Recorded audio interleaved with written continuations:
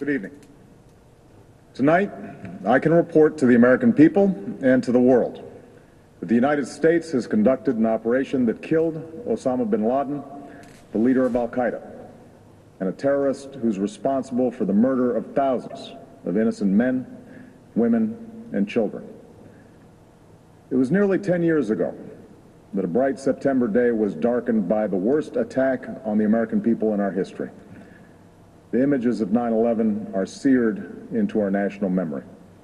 Hijacked planes cutting through a cloudless September sky, the Twin Towers collapsing to the ground, black smoke billowing up from the Pentagon, the wreckage of Flight 93 in Shanksville, Pennsylvania, where the actions of heroic citizens saved even more heartbreak and destruction.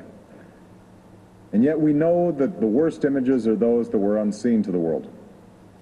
The empty seat at the dinner table, children who were forced to grow up without their mother or their father, parents who would never know the feeling of their child's embrace, nearly 3,000 citizens taken from us, leaving a gaping hole in our hearts. On September 11th, 2001, in our time of grief, the American people came together. We offered our neighbors a hand, and we offered the wounded our blood. We reaffirmed our ties to each other and our love of community and country. On that day, no matter where we came from, what God we prayed to, or what race or ethnicity we were united as one American family. We were also united in our resolve to protect our nation and to bring those who committed this vicious attack to justice. We quickly learned that the 9/11 attacks were carried out by al-Qaeda, an organization headed by Osama bin Laden, which had openly declared war on the United States and was committed to killing innocents in our country and around the globe. And so we went to war against al-Qaeda to protect our citizens, our friends, and our allies. Over the last 10 years, thanks to the tireless and heroic work of our military and our counterterrorism professionals, we've made great strides in that effort. We've disrupted terrorist attacks and strengthened our homeland defense. In Afghanistan, we removed the Taliban government, which had given bin Laden and al-Qaeda safe haven and support. And around the globe, we worked with our friends and allies to capture or kill scores of al-Qaeda terrorists, including several who were a part of the 9/11 plot. Yet, Osama bin Laden avoided capture and escaped across the Afghan border into Pakistan. Meanwhile, al-Qaeda continued to operate from along that border and operate through its affiliates across the world. And so shortly after taking office, I directed Leon Panetta, the director of the CIA, to make the killing or capture of bin Laden the top priority of our war against al-Qaeda, even as we continued our broader efforts to disrupt, dismantle, and defeat his network. Then, last August, after years of painstaking work by our intelligence community, I was briefed on a possible lead to bin Laden. It was far from certain, and it took many months to run this thread to ground. I met repeatedly with my national security team as we developed more information about the possibility that we had located bin Laden hiding within a compound deep inside Pakistan. And finally, last week, I determined that we had enough intelligence to take action and authorized an operation to get Osama bin Laden and bring him to justice. Today, at my direction, the United States launched a targeted operation against that compound in Abbottabad, Pakistan. A small team of Americans carried out the operation with extraordinary courage and capability. No Americans were harmed. They took care to avoid civilian casualties. After a firefight, they killed Osama bin Laden and took custody of his body. For over 2 decades, bin Laden has been al-Qaeda's leader and symbol, and has continued to plot attacks against our country and our friends and allies. The death of bin Laden marks the most significant achievement to date in our nation's effort to defeat al-Qaeda. Yet his death does not mark the end of our effort. There's no doubt that al-Qaeda will continue to pursue attacks against us. We must, and we will, remain vigilant at home and abroad. As we do, we must also reaffirm that the United States is not and never will be at war with Islam. I've made clear, just as President Bush did shortly after 9/11, that our war is not against Islam. Bin Laden was not a Muslim leader. He was a mass murderer of Muslims. Indeed, al-Qaeda has slaughtered scores of Muslims in many countries, including our own.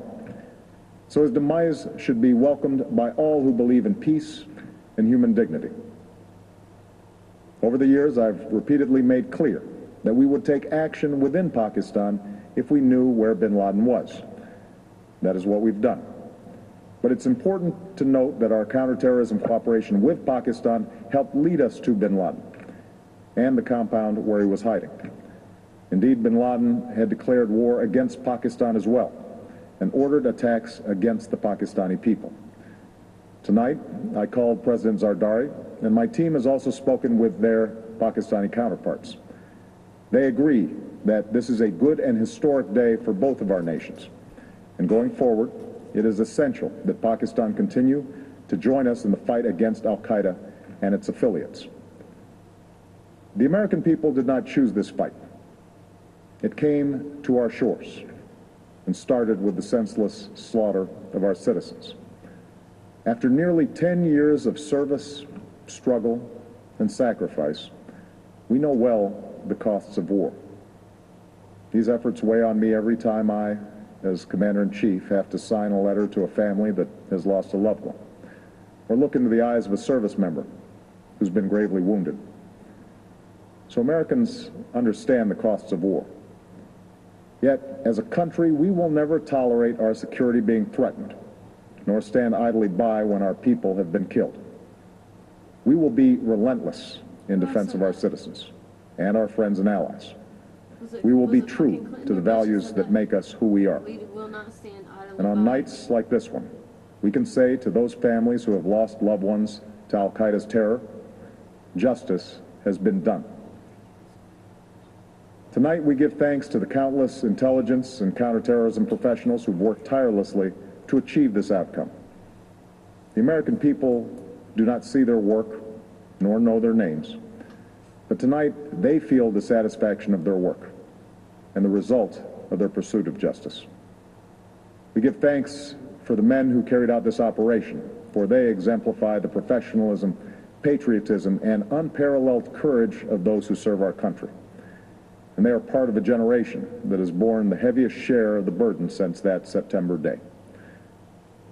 Finally, let me say to the families who lost loved ones on 9/11 that we have never forgotten your loss, nor wavered in our commitment to see that we do whatever it takes to prevent another attack on our shores.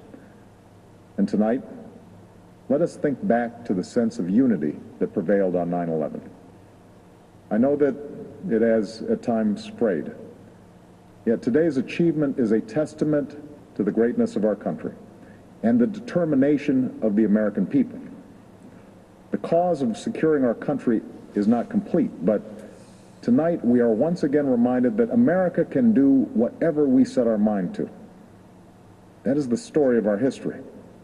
Whether it's the pursuit of prosperity for our people or the struggle for equality for all our citizens, our commitment to stand up for our values abroad, and our sacrifices to make the world a safer place. Let us remember that we can do these things not just because of wealth or power, but because of who we are. One nation, under God, indivisible, with liberty and justice for all. Thank you. May God bless you. And may God bless the United States of America. And with that, the President of the United States announcing that Osama bin Laden